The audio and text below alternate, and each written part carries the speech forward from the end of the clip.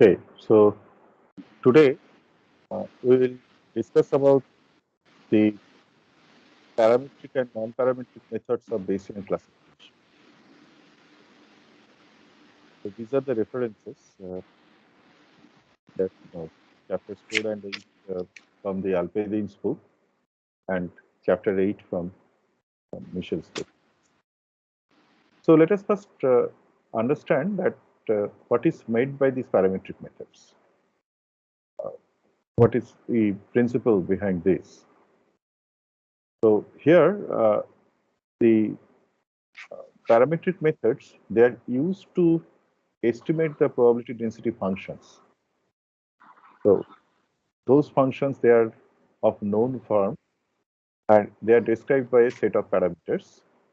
So practically, for example, the Gaussian distribution, it's a parametric distribution.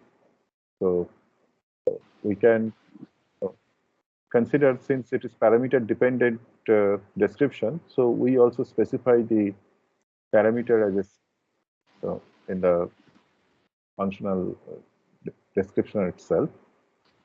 So what are the parameters Gaussian distribution? Can anyone tell me?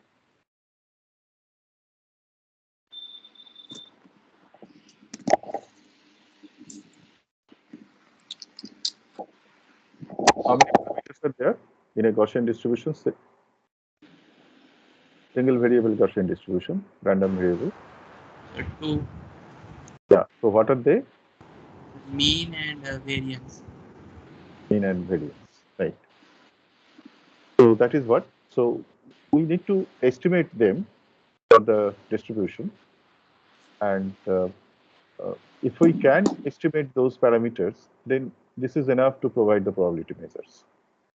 So in the previous case, as you see, that we have given examples for computing probabilities using empirical methods, particularly for Bayes-Naive classifier. We have seen how we have to do the counting of number of occurrences or proportional times a particular event occurs over all the occurrences of other events.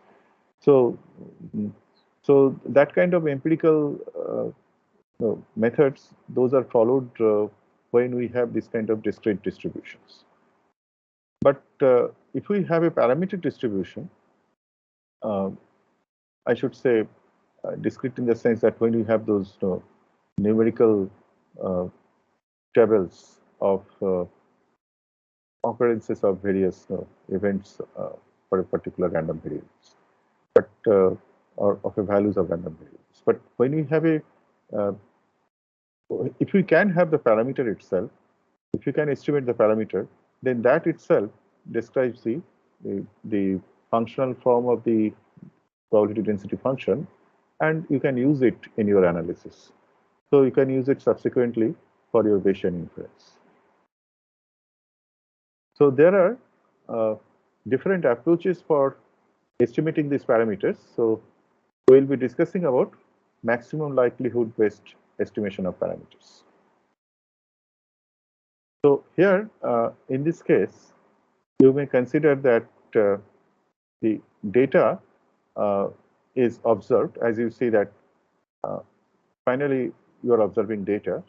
So there are n such uh, instances of the data, and so those are the observations, and we assume that each observation, it occurs as an independent and identical.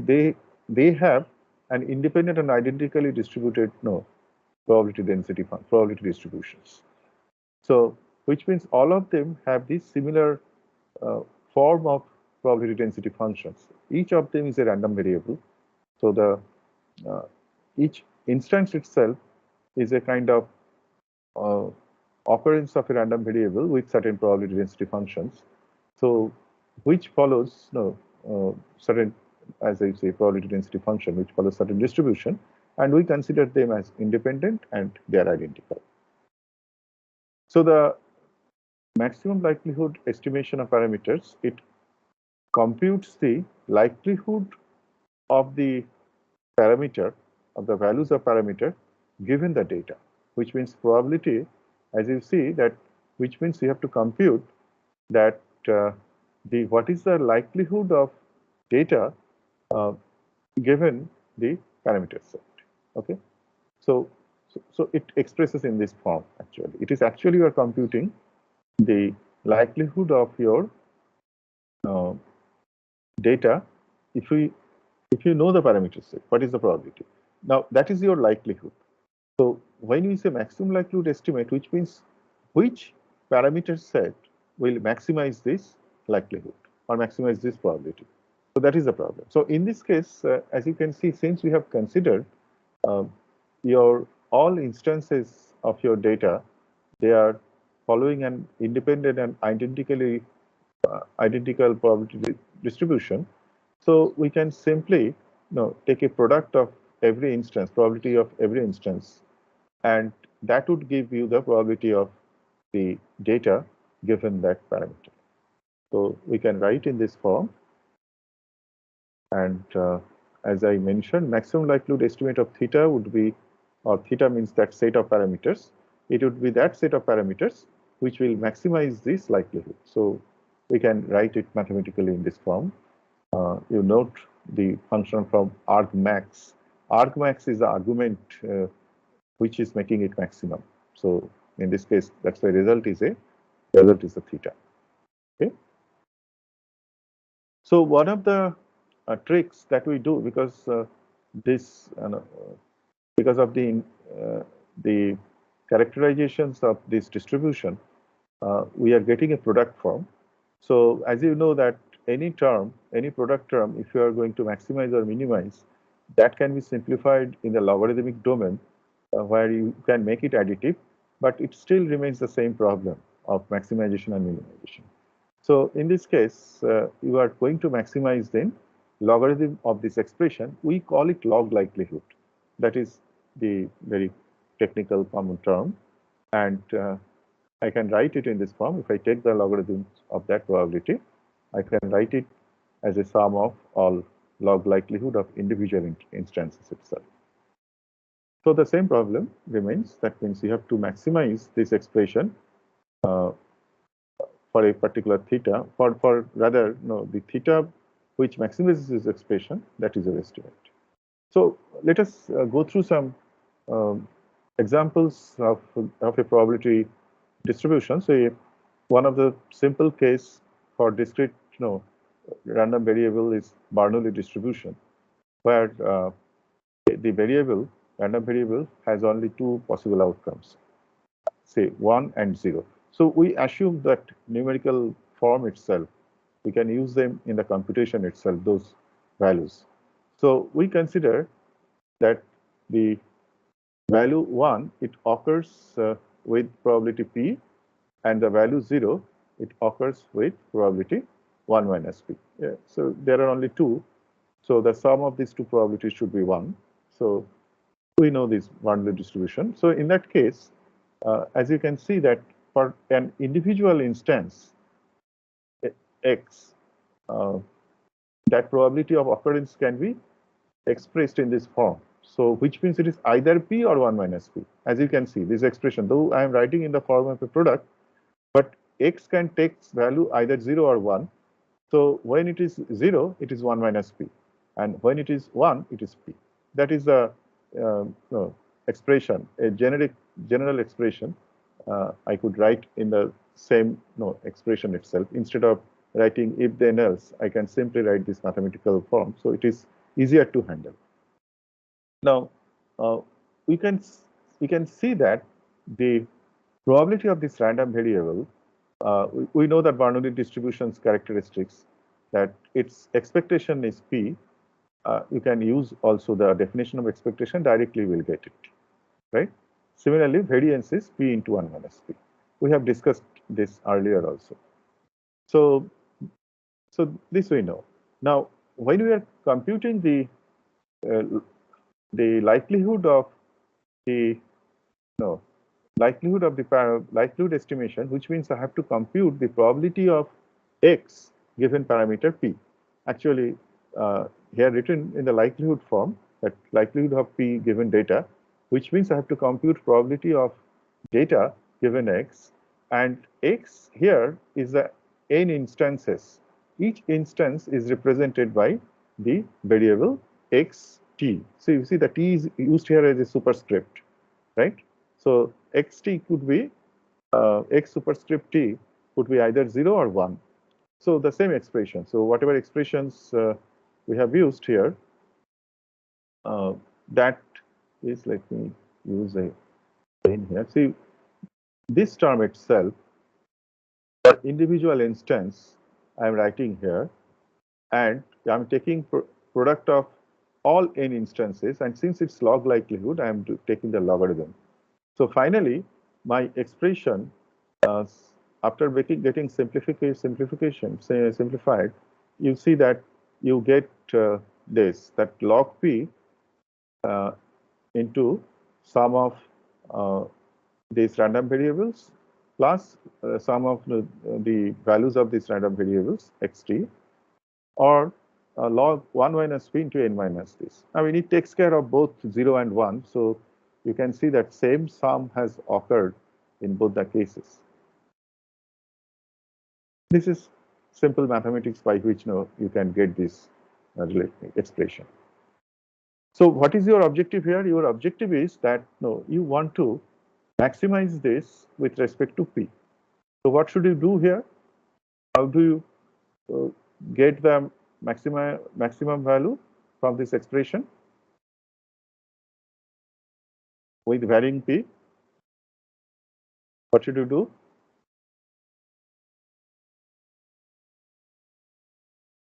To get the maximum, what should we do in this case? What kind of analysis we should do? Anyone?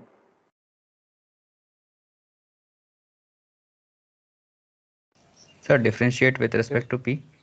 Differences with respect to t. Yeah, you differentiate with respect to p, then what should you do?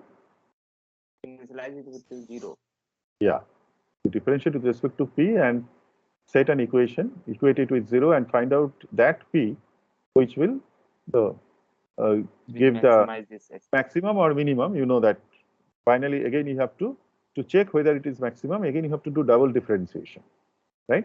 Again you have to double differentiate and see that whether it is negative, then only say it is maximum. So that is a full analysis. But no, we consider these functions and we know that this function is a convex function. So we will simply consider there is a maximum. So we'll just stop there after getting the maximum. But you can do the complete analysis and check that at that point, what is the sign of the expression of the double derivative. That is the full form that you should understand. So, so once again, this is the expression, and if I differentiate it and then equate it with 0, finally you will get that the value of p is sum of this, sum of the values of random variable divided by n. Is it clear? So what does it mean?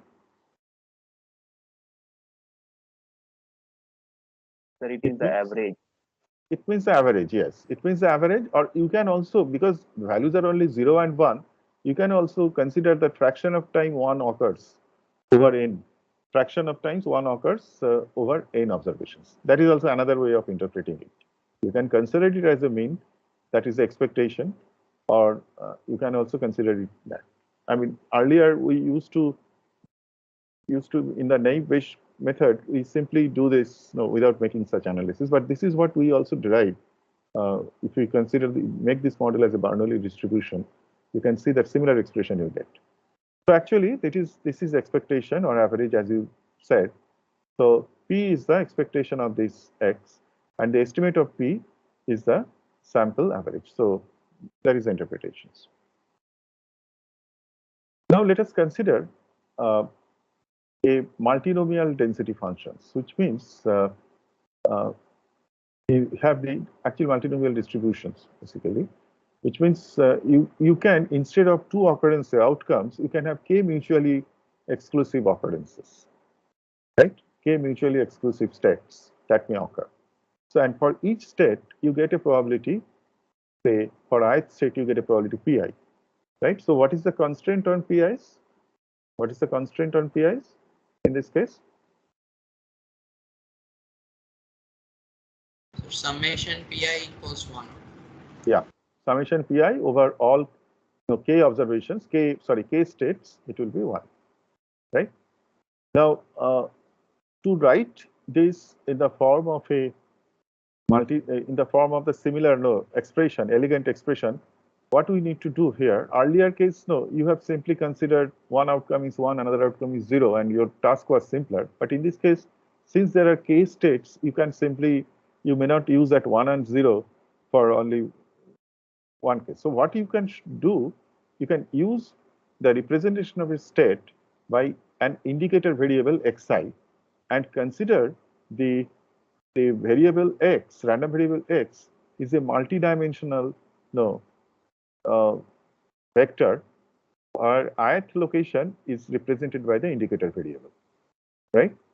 So if I consider that, then what happens that I can write the probability of x in this way, that pi to the pi raised to the xi. So xi, value of xi is either 1 or 0 because it's an indicator variable. See, you see that explanation of indicator variables.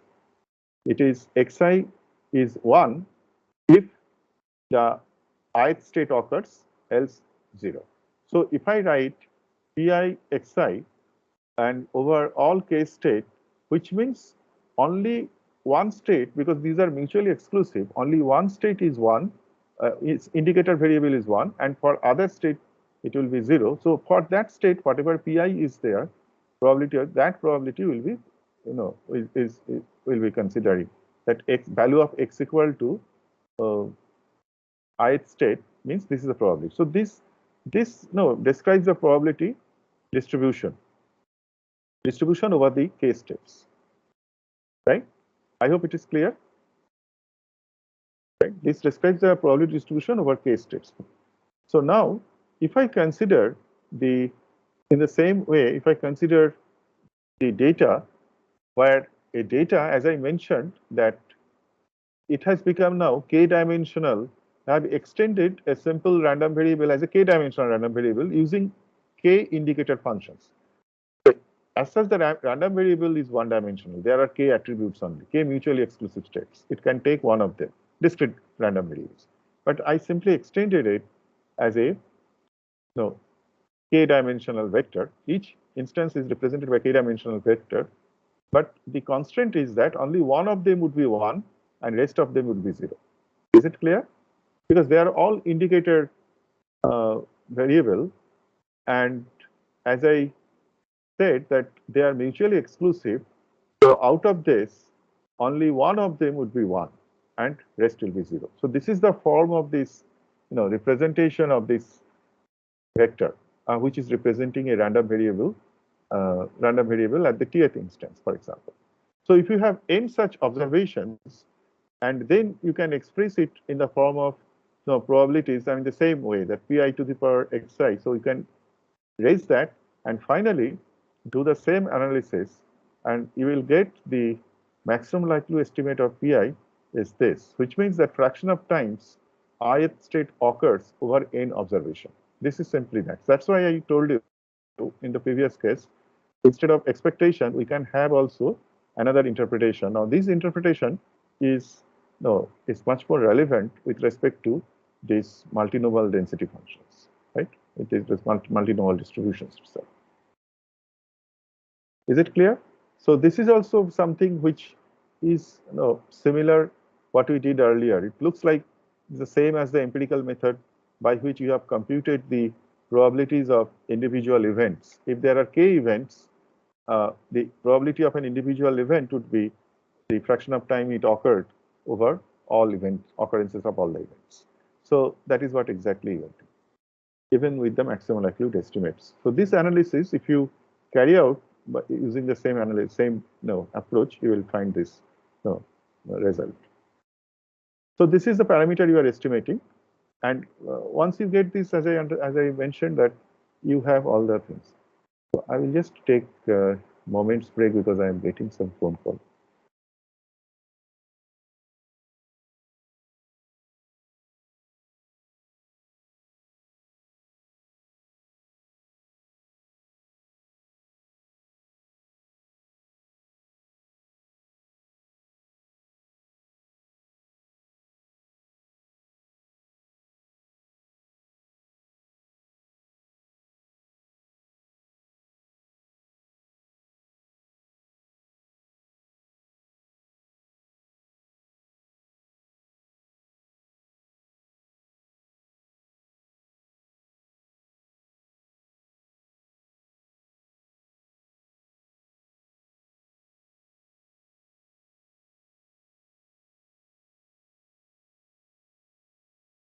Okay, let me continue.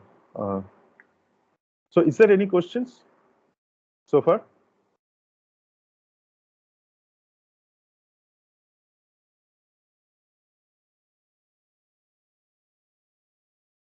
Okay, so let me Hello, continue. sir. Yeah, please. Sir, in the previous slide, can we just go to the previous slide? Yeah. Sir, in the last expression, it should be a vector, right, sir? Means the pi we are calculating because it is multinomial. Yeah. What is PI? Sir, we are calculating as the means mean you value just- across all the. You answer my question. What is PI? Sir, it is the means the parameter we are getting by averaging the number of You 1 are or not 0. answering. You are not answering my question. What is PI? Okay, probability of occurrence of the highest state. Yes, sir. So you are estimating PI, and similarly, you will be estimating all k such probabilities. So in that way, you will get a vector probability distribution. So those are the parameters. How many parameters are there here? How many parameters are there in this case? Sir, n. No. N is the number of data point. How many parameters in this distribution? 1 or 0, sir. No, 1 or 0 is the values of indicator variable. But parameters of this density function is the probability of occurrences of every state. These are the parameters. Like in the Bernoulli case, you have two states. So you have P and 1 Q, minus p. 1 minus P. So actually there is a one parameter, right? So in Yes, this sir. case, how many parameters? How many independent parameters? Okay, whether the event is occurring or not occurring. You please think what I am asking you. You are thinking and you are not listening to my question. I asked how many, what are the parameters in this case? What are you estimating?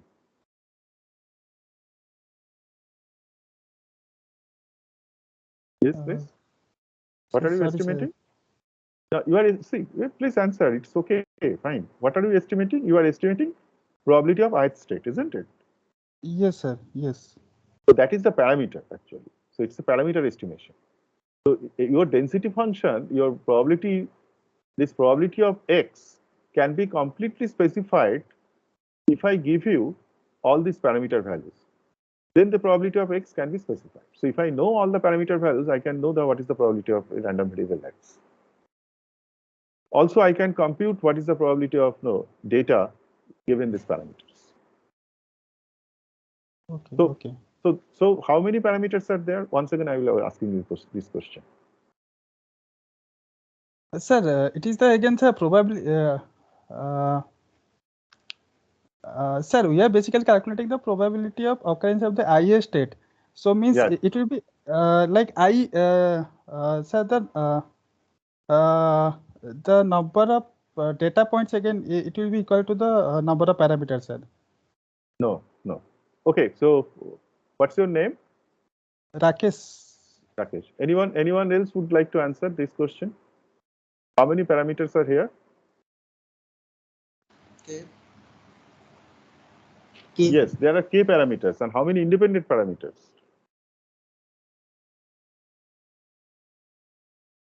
How many independent parameters? K-1. k minus 1, because if you add them, then it would be equal to 1. So, Rakesh, is it clear that Yes, sir. actually Yes, sir. Now I got it, sir. all these probabilities are the parameters, sir. Probability of occurrence of states, they are parameters. If I specify them, then you get the probability of x. Okay. Okay. And that is what we will be estimating in this approach. Parametric methods, we will be estimating these parameters, because if I estimate the parameters, then I can compute the probabilities. Because in Bayesian inference, what you need to do, you need to compute the probabilities, posterior probability. And for that, you need to compute once again the likelihood, prior, even the probability of data also you may need to compute.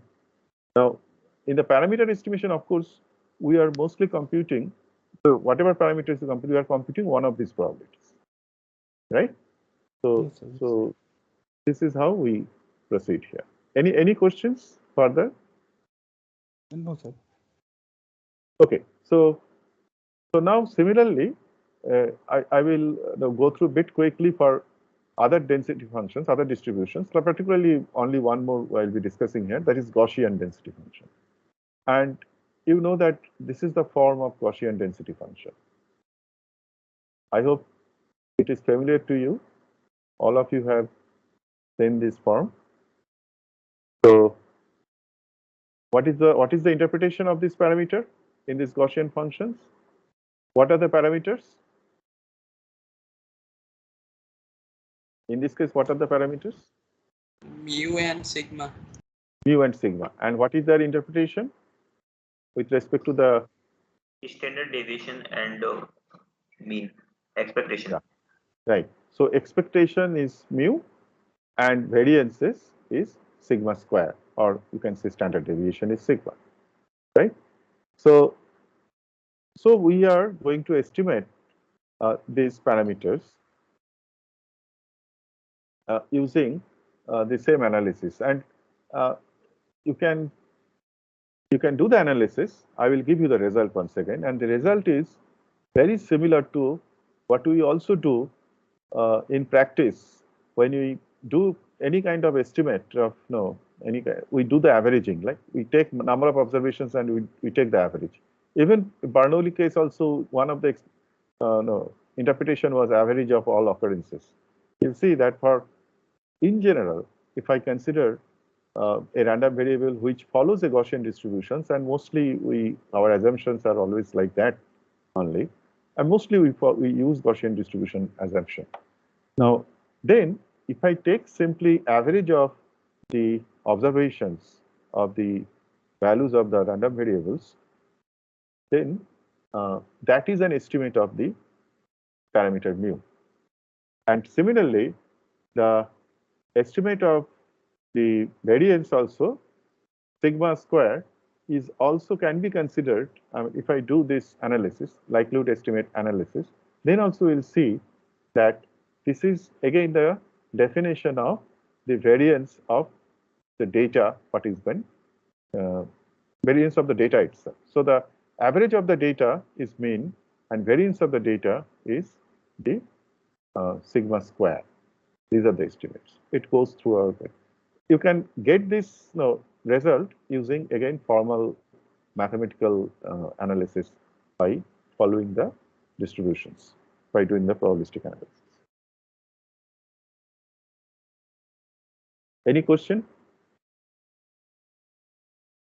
So now you understand that if I give you a data point which is basically continuously varying data point, which means we can take any value from the real number, a set of real numbers, a real random variable, if I say, and then if I ask you that what is the probability that suppose I have give you a data, some data I have give you X, and then I ask you that I found some observation, say alpha. This is the observation alpha. So what is the probability that X equals alpha? Actually, for continuous case, we have to consider again density function. You have to consider the interval. That means X lies between alpha plus alpha minus epsilon and alpha plus epsilon, as epsilon is very small. Something like that. You have to put it like this, but for the sake of simplicity, let us consider that what is the probability of x equal to alpha, which means it's a very narrow interval around them. So this can be easily computed if I, from the data, if I compute mean and the variances and then follow the, assuming that the distribution is Gaussian, then I can do that integrations over that interval using this distribution. And as you know, Gaussian integrations usually they are given in the tabular form. There is no closed form expression, so they are given in the tabular form, and from there you can compute these values. Now, when we are doing this estimate, there are three terms, three metrics, which qualify and estimate how sound, how good is that estimate. Now, let us understand those three things, those three qualifying or characterizing terms of the estimates. So I have already mentioned them, that for an estimator is the mathematical transformations by which, or mathematical exercise or expression by which you are getting the values. So the bias, mean square error, and variance of estimators. So what are those definitions? Now, you consider that D is representing that estimator over the data X for a parameter theta, right? So this is the definition, this is the notation. So now S, as X randomly varies, D is also a random variable. That means your estimates itself, they are random variable. What does it mean? It means that you number of times, say you take the observations. So you are taking n observations and you have estimated some parameter theta, okay, using applying D. Then you take another set of observations and then you get another values of that parameter theta using that estimated D. So that is the variability. That is the variability. So that itself is a variable. So we are representing now that itself for the estimators. So that variability is for the estimators. So we are simply denoting it by this symbol, expectation of the estimator D and variance of the estimator T. So what is the expectation, what is the average case, and what is the variability? Any difficulty in understanding? Anyone has any question on this? Okay, so this is a very basic definition of what is meant by expectation of an estimator and variance of an estimator. So variance of an estimator already we have defined. So this is the variance of estimator, right? So this term we have defined.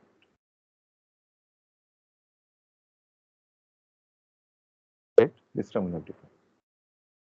So let us proceed. Now, what is the bias? See, bias is defined as the true value of parameter. If I consider the true value of parameter is theta, and then if I get the expectation of estimator, that is the average value. So what is the difference between these two? What is the difference between expectation of estimator minus the true parameter value? So this is called bias. So bias is a signed quantity. It could be positive or negative. So it could be overestimates, it could be underestimates with respect to the true parameter value. It could be zero also. So if it is zero, then we say this is unbiased estimator. So it is basically, we can see that it is an analytical way. The analysis can give you this kind of results, because when you are estimating, you are applying certain probability density function itself. So in the probability density function itself, there are those parameters. Now, if you are estimating those parameters, and if you find that expectation of your estimator itself is also leading to that parameter value, theoretical parameter value, then we say this is unbiased. So we'll come to that kind of analysis. The mean square error is defined. So variance we have defined, bias we have defined. Now, mean square error of the estimator is basically the average of the squared error from the true value of the estimator. So So these are two mathematical definitions, and we can compute them by the expressions of the estimator. So let us take an example. Consider the sample mean. Say we know that sample mean is given in this form, and if I assume this random variable follows Gaussian distribution, so or rather it doesn't matter. If I consider this is a sample mean and random variable has its own distribution, every random variable has, I mean, it's of course identically distributed, independent and identically distributed, that assumption is there. So if I take the expectation of the sample mean itself, what we can see that expectation of xt, that random variable, so that expectation depending upon the distribution. So for example, in the Gaussian distribution, it is mu. So if I assume it is a Gaussian distribution, then the estimate of mu using the sample mean is, you can see it is unbiased, because the expectation of mean itself is, okay? So this is the result actually. I mean, you can consider, you can apply expectation over this summation itself. So this is, you have to go through the basic probability theory. Then you can see that I can simply write, since m is this, similarly I can write expectation of m is also 1 by n sum of. So I can simply extend the expectation here itself. If I do expectation, it's an additive operation, expectation operation on this random variable, I can also perform the expectation operation on the over the all the random variables, because they are additive. Linear operation. So what is the final conclusion here? You can see that expectation of sample mean is mu of the distribution. That means mu is the, once again, if you are estimating mu using sample mean, then the sample mean estimator is an unbiased estimator for mu. Now let us consider the other case. Like this is sample mean, I have already. Let us consider the estimator of variance. So first you consider what is the variance of mean. The expectation of mean is mu. What is the variance of the estimator? Now variance of the estimator, as you can see, that this is the result of the variance. Since this expression sample mean is 1 by n of sum of xt, so variance of the overall expression, so this scaling factor, it would be square. That in the variance, if I scale a random variable, then in the effect is that in the variance the effect would be of multiplication of the square of that scale. So if it is 1 by n, the effect would be it is multiplication of 1 by n square. I mean, this can be simply shown from the expressions itself. So in this case, you can see that variance of m is found to be sigma square by n by this analysis, right? By this analysis, because variance of each xt is sigma square. Since there are n such occurrences, so it is n into sigma square divided by n square, so it becomes sigma square by n. Is it clear, this maths? Any question?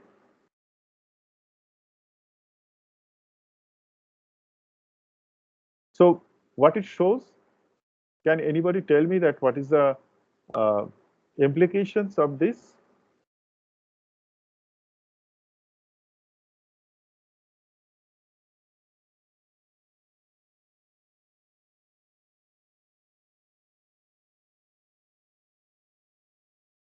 What is the implication? This is a beautiful result. Sir, as n increases, the variance of the estimator decreases. Very good. That is one implication, which means that your estimation of mu would be more and more reliable if you have more and more observations. Right? Estimation of mu would be by the sample mean. Estimation of mu is always by the sample mean. So that would lead to the true value as n tends to infinity. Variance is. And this is one thing, is that variability is decreasing over the number of observations. So that is the kind of interpretations you should have. So this is what, as n tends to infinity, variability is tending to 0. And then now this kind of property for an estimator, we say this property is a property of a consistent estimator. So we say this estimator of mu is consistent because of this property. Now let us consider the case of sample variance. So is it biased or unbiased? That is the first thing we will check. That means if I take the expectation of sample variance, and if I also get the true values of the true variance of the population, then I should say this is unbiased. But let us see what do we get. Now here you can see the analysis that I have simply written in this form. You know that the variances can be simplified in this way, that sum of square minus square of mean, square of mean. That is the sum of square of a actually I should say sum of square mean of the squares minus square of the means, right? So that we are writing here itself. As you can find out, this equivalent expression is doing that itself. You can do the simple algebraic manipulations you can find. Basically, if you consider the sum of that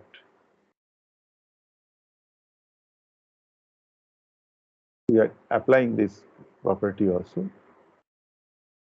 So we have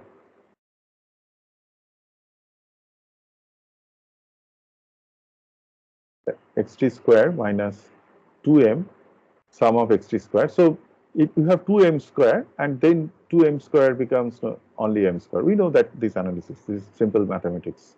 So I am not going into details. Okay. This. So further simplification will put me in this form. So now this expression, as I was mentioning, that expectation is an additive operation. So once it is in this form, then expectation of a square, so all these additive terms can be written in this form. So finally, you know that you have to compute the expectation of square of the random variable and expectation of the square of the mean. You have to compute these two terms. If you can compute them, then you can replace it into this expression, and you can get the expectation of the variance, right? So we see that variance of x is written in this form, that ex square minus, as you see that this is a standard definition of the variance. So which in terms gives you also, expresses also expectation of square of a random variable. We can write it in terms of its expectation and variance itself, right? So this is simply mathematical manipulations by which we can write in this form. So we can write that for any occurrence of the random variable xt square, it could be written as mu square plus sigma square. That is its expectation of the square, right? Is it clear? And let us see what is expectation of m square. So expectation of m square is similarly in the same way mu square plus sigma square by n. It is the same thing. As you can see, expectation of m is also mu, and its variance is sigma square by n. So we write it in this form. It can be shown also from this simple mathematical analysis. So now you put all those things into the equations, then actually what you get expectation of a square is n minus 1 by n sigma square, which is not equal to the sigma square, which means the variance of the population, right? Is it clear? So from this we get these expressions. You note these expressions. So from where do you get it? And if you do simple mathematical manipulations, you get this. So what is the implication here? What is the implication of this result? That expectation of S square is not the same as the variance of the population. Expectation of sample variance is not as the same as the variance of the population. So what does it imply? It is a biased estimator. It's a biased estimator. So the difference would be 0. So what would be the difference? Will it be positive or negative? What is this estimation? Is it underestimation or overestimation? Sir, underestimation. It is underestimation. So if you use the sample variance using the standard definition of variance, actually you get underestimation. Please note it down, right? So to correct it, what you should do in that case? Sample variance should be multiplied by. So to get, you need to get a measure that would be representing the variance. Basically, instead of taking sample variance as the estimator of sigma square, I will take some other expression as the estimation of sigma square. So what should be that expression to make it unbiased? So we multiply by n minus 1. You should multiply by n by n minus 1, or in my definition, denominator would be only n minus 1. In my definition of instead of sample variance, I will be computing something similar to sample variance. That means I will take only I will take once again the sum of squared deviations from sample mean, but I will divide it by n minus 1 samples instead of n. So that would give me a slightly higher variance, as you see, right? But that variance is more towards the true values of the variance. Is it clear? But why don't we do these things in practice always? I mean, we may do it, we could have done it, but in practice, sometimes no, we use only n to denote the sample variance. We do not divide it by n minus 1. We should have done it, but we did not. We always do not do it. Actually, if n is very large, these values would be very close, even to some decimal places. So sometimes we ignore it. We simply use the sample variance as the estimate itself. But for small n, now this is a very important critical thing. Don't just use your sample variance. Use this estimate for expressing your range of variability of the estimates. So this is what your unbiased estimator would be this. And S square is asymptotically unbiased. So as n tends to infinity, so it is still consistent. If n tends to infinity, then it is asymptotically it is going to be unbiased, and also it would go to the true value. No, sorry, true value I cannot say. I have to see the variability. Sorry, it is asymptotically unbiased. But consistent, I have to check. I think I may have there or I might, but please you have to check there. So, sorry, so consistent part I am not discussing now for the sample variance. Now, let us consider the other term, that is mean square error term of an estimator T. Now, you see that this is the definition of mean square error. So, mean square error is not the variance. I hope you have understood.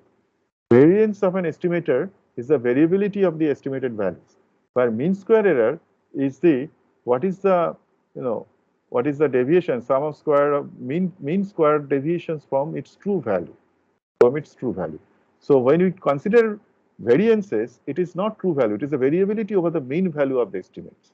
And here it is the mean value of variability, or I should say deviations from the true value of the estimates. So you can simplify this expression once again, as you can see that simple mathematics by which I am simplifying it, and I can show that mean square error actually expresses can be written in this form: variance plus bias square plus some extra term which is actually equal to 0, because you know that expectation of this would be 0. Expectation of this term would be 0 because it's a average deviations from the mean, including the sign, so positive, negative, all. So it has to be 0, average deviations. That is mathematically also very easy to show. So finally, mean square error is variance of D plus bias of D whole square. So this is the relationship between variance with mean square error. Naturally, if the bias is 0, they are the same quantity. So the variance of the estimator, mean estimator, sample mean is the same as the mean square error of the sample of that estimator. Right? So this is a thing there. Now, so far I have talked about the parameter estimations and maximum likelihood estimation based maximum likelihood estimation approach. But you can have also Bayes estimator of parameters, which means instead of maximum likelihood, I will be considering the computation of posterior itself, that probability of theta given x, not the L theta given x. You see, this is the kind of bit, I should say, fun in the expression. If I write L theta given x, actually that means probability of x given theta. That is the likelihood. But probability of theta given x, it means it is posterior. And then you can use the Bayes theorem, because likelihood multiplied by prior distribution of the parameter divided by the marginal distribution of the data. That would give you this expression. So I'm just writing it, right? So this is a full expressions using Bayes theorem. And you can see the difference that you need so many things. When you are doing maximum likelihood estimation, you compute probability of x given theta. But if I would like to compute probability of theta given x, actually, I need to compute so many models. So I need to note the prior distribution of parameter. So this is much more computationally intensive and bit complicated here, but it is more robust. Now, it is difficult to compute, and it assumed a narrow posterior distribution, then use maximum posterior estimate of theta. If you assume in, otherwise you can consider the expectation over this distribution. That means you consider all value of theta, and then this is map. So this is the estimation. That means probability of theta given x is the weight. So the way we have done the ensemble, decision making using Bayesian inference in the hypothesis space. Similarly, in the parameter space, I can consider the prior posterior distributions used as a weight, and which is a expectation of theta over that using that weight itself, or average of the theta using that weight. So I think today, let me stop here. But it is actually the best estimate of the random variable is its mean. So of a random variable is its mean. So in fact, it is, I think, that can be shown. So actually, this estimation is an optimal estimation. So that's why we can show that sorry. So this is the mean is, so this is what? So theta base is the mean considering the posterior distribution as the weight of the variable theta. So as I was mentioning, today I will stop here, and again tomorrow we'll continue this discussion. So first, let me take your 10 minutes.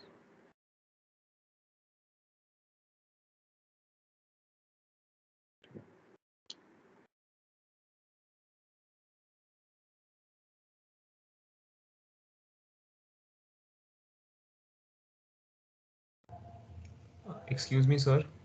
Yeah. Sir, actually, so some of us have the topic k-means clustering for our assignment too. So could Yes. you tell us when this topic will be taught to us? Yeah, this topic will be taught after some times, but no, you should read the book and get the things. And if you require, our TAs will have a session to discuss that matter. It is easier to follow now because you have the basic backgrounds. Now you can read the book and you can get it done. Okay. So I would like to mention these things. So this is a postgraduate course, and you have to do more self-reading to know the topic. You have to get more background. And some of the essential backgrounds are already there. And otherwise, this assignments, etc. No, if you think that no, I'll be teaching you and then no, you'll be doing assignments. No, that kind of no thing is now gone. So you are doing higher studies. You have to go with the topics. You have to learn. If you have any confusion, please ask our TAs and get it clarified. I have given those topics because they are simple to follow and they are simple to implement. Sir, but the TAs have said that they won't entertain any questions 1 week before. But since we are doing this topic on our own, Please and read we'll at least have, 1 we week. probably will have. You read you send the questions. Please read it and send the questions. Don't say what is K-means. Please first you read it, and then you ask questions about that. So that would take some time. See, if your question So is, I was please just tell me what is asking K-means. Please tell me what is TAs. K, and I think that is a very without reading you are asking this question. No, my That's very question easy was to. not that. I was just asking the TAs to like allow us to ask questions 1 week before the assignment as well, No, why not? I since mean, it's you a can new. ask 1 week before the assignment. What is 1 week before the assignment? Assignment is already given to you. So you can ask questions. So actually, we have been told that starting from 1 week before the assignment, no questions from the students will be entertained about the assignments. But No. so we might. Every question will be entertained. If there is a confusion, I can discuss with them. Only thing I think they might have told that no, you cannot. There are certain questions which means that you have not read your assignment statement. So they might Right. be indicating that you should prepare yourself from the very beginning itself. Don't keep it in abeyance, and at the last point you ask what is this, what is that. I think that is what they meant, and that's why they Understood. put that. Yes, sir. Okay, so that is the thing. So these questions should have been asked much before, which means they tried to say this question should have been asked much before, because if you have gone through the assignment statement.